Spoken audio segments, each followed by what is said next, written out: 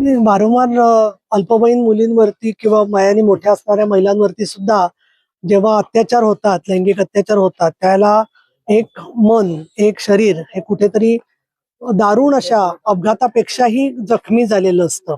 आणि बदलापूर मधली ही दुसरी घटना आहे. पण आधीच्या घटनेमधून ज्या आपण गोष्टी पाहिल्या आणि ज्याच्यामधून मार्ग निघण्यासाठी म्हणून प्रतिबंधात्मक कारवाई काय झाली नाहीये किंवा त्या शाळेच्या वतीने त्यांच्या वाहनाची व्यवस्था जी केली गेली, त्या वाहनाच्या व्यवस्थेमध्ये सरकारने परिपत्रक जवळजवळ 3-4 वर्षापूर्वी काढलेलं आहे.